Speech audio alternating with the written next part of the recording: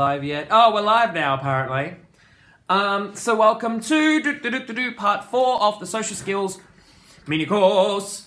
Look, let's talk about compliments. Because some people are afraid of compliments. Some people aren't. Some people are very good at them. And some people are just terrible at giving compliments. Some people are really terrible at receiving compliments as well. By the way, top tip.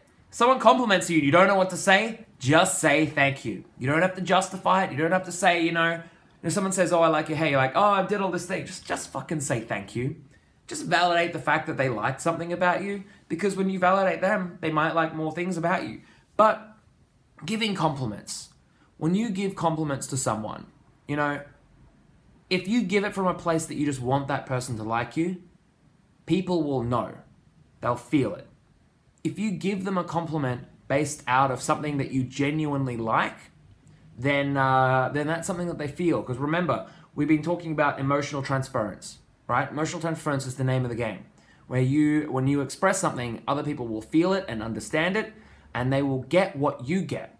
So if you think of it like a loop between you and some person, like if there's two people like this and there is a loop between the two, you want that connection. You want that loop, because once that loop is there, it's one of the strongest things, where you say stuff, they receive it, they say stuff, you receive it. It's a bond between two people, right? And compliments is one of those things that some people use as a tactic. They're like, if I just compliment them enough in the right way, I'll get them to like me. It's like, no. That's not how it works.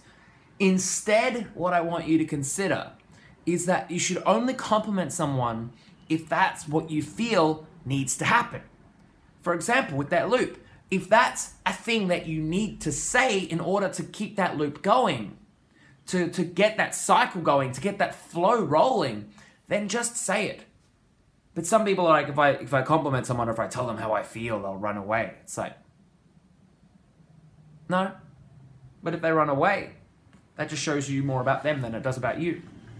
What I find is a lot of people dumb themselves down for other people, especially when it comes to people reading fucking dating advice. Like, that's my big vendetta, is like, fuck you guys. Like, you guys read the wrong shit and then think you have to change who you are, and it doesn't work. Instead, consider that if you dumb yourself down for someone else, then what's going to happen is that, long story short, they're not going to really be able to connect to you. You'll feel like you know them, and honestly, they won't feel like they know you. Or they might feel like it, but you won't feel heard and understood. So one of the best things you can do, just as a practice moving forward in life, is to be able to express yourself fully despite what other people think. If you think someone's beautiful and you just want to express that, then let them know. If you think someone's lovely or you like their shoes, then let them know. It doesn't need to have any other significance behind it. You don't need to compliment someone to get somewhere, which is what a lot of people think compliments are about. If I compliment someone enough, I'll get somewhere. If I compliment someone enough or I make them like me enough, then we'll have a relationship. It's got nothing to do with that.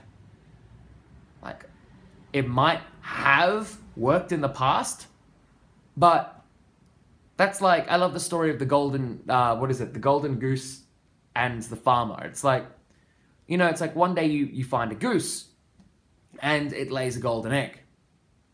And through that waiting and that process and just allowing the process to take control, the next day there's a golden egg. And you think, well, the eggs are inside the goose, so I might as well kill the goose and get all the eggs simultaneously. And so the farmer kills the goose and nothing's there. That's the same thing as overusing compliments. But you can never overuse compliments if it's genuine.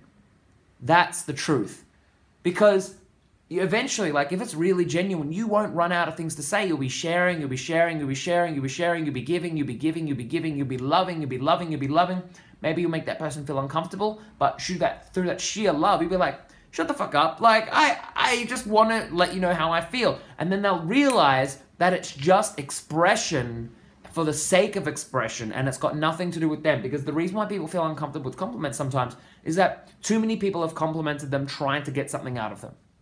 So if there is a call to action or a thing that I want you to try and do for today, is notice. just notice if you compliment someone trying to get a result out of them, or notice if you can compliment someone without wanting anything in return.